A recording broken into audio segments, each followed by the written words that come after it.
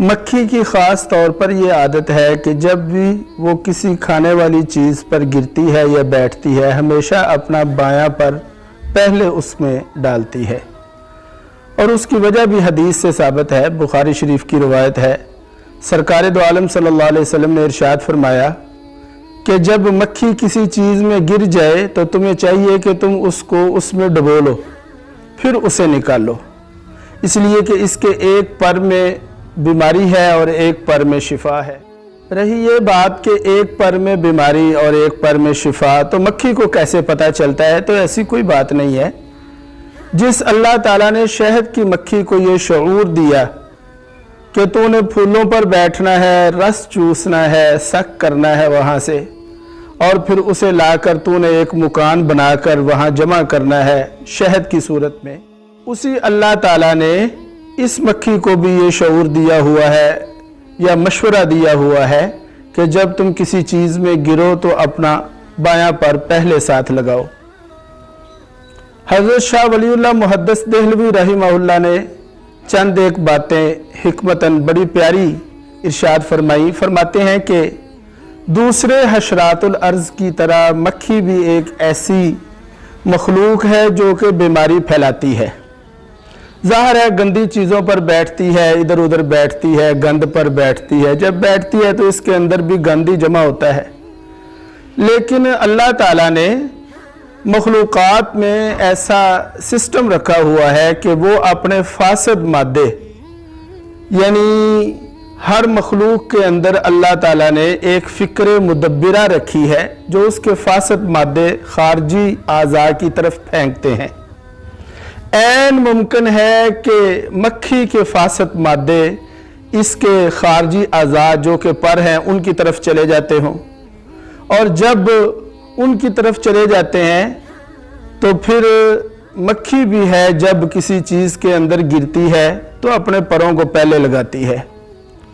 رہی یہ بات کہ بایاں پر پہلے کیوں لگاتی ہے تو یہ بھی سمجھ لیں، ہمارے ہاں بھی یہ ہے، انسانوں میں بھی دائیں طرف یا دایاں ہاتھ زیادہ کار آمد ہے اور بایاں ہاتھ کم کار آمد ہے۔ ہم اپنے دائیں ہاتھ سے بائیں کی بنسبت زیادہ کام لیتے ہیں۔ مکھی کی بھی یہی صورتحال ہے کہ اس کا دایاں طرف جو ہے وہ کار آمد ہے، اور جو کم کار آمد ہے اس کو پہلے اس کے اندر ڈالتی ہے کہ اگر بچ گئے تو زہریلے اور فاسد مادے رفع ہو جائیں گے، دفع ہو جائیں گے، نہ بچے تو چلو دائیں سمت تو بچ ہی جائے گی۔ یہ تو رہا مکھی کا یہ مسئلہ کہ وہ بایاں پر پہلے کیوں ڈالتی ہے۔ یہاں پر چند مکھی ہی کے بارے میں معلومات بھی سن لیں۔ چنانچہ حیات الحیوان میں لکھا ہے کہ جتنے بھی اڑنے والے حشرات ہیں، کیڑے مکوڑے ہیں، ان میں سے مکھی ہی ایسی مخلوق ہے جو ہر کھانے والی چیز میں منہ مارتی ہے۔ پھر یہ لکھا گیا کہ مکھی ایک ایسی مخلوق ہے کہ اس کی عمر 40 راتیں ہوتی ہے اور اس کی پلکیں نہیں ہوتی۔ ہماری جو آنکھیں ہیں، ہماری آنکھوں کے آگے پلکیں ہیں جو ہماری آنکھوں کو گرد و غبار سے بچاتی ہیں۔ مکھی کی پلکیں نہیں ہوتی، اس کے بدلے میں اللہ تعالیٰ نے اسے 2 ہاتھ دیے ہیں۔ ان 2 ہاتھوں کے ذریعہ سے یہ اپنی آنکھوں کے آئینے کو جہاں بیٹھتی ہے ہر وقت صاف کرتی رہتی ہے۔ مکھی کہاں ہوگی یہ بھی کتابوں میں لکھا ہے۔ چنانچہ مسند ابو یعلا کی روایت ہے اور حضرت انس بن مالک رضی اللہ تعالیٰ عنہ سے مروی ہے، فرمایا کہ تمام مکھیاں سوائے شہد کی مکھی کے، یہ سب مکھیاں کل قیامت والے دن جہنم میں جائیں گی۔ اور فتح الباری میں یہ لکھا گیا کہ مکھیوں کا جہنم میں جانا یہ ان کو عذاب دینے کے لیے نہیں ہوگا، بلکہ مکھیاں جہنم میں جہنمیوں پر عذاب بنا کر ڈالی جائیں گی۔